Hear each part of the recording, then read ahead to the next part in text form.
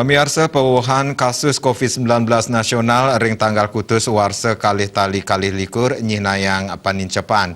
Wilangan kasus keuningin ageng saihang ring rahina sedurungnya neh.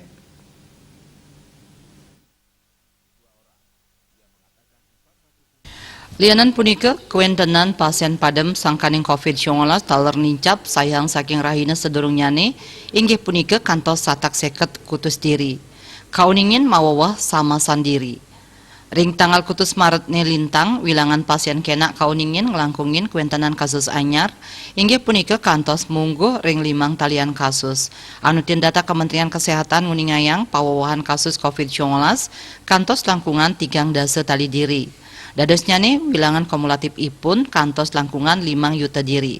Selanturnya nih kauningin pasien kenak wenten langkungan 50 tali diri.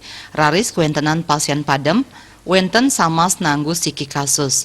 Dadosnya nih wilangan kumulatif ipun langkungan 100 tali diri selami pandemi ngelimbak dawag bulan Maret warsa kali tali kali dasa.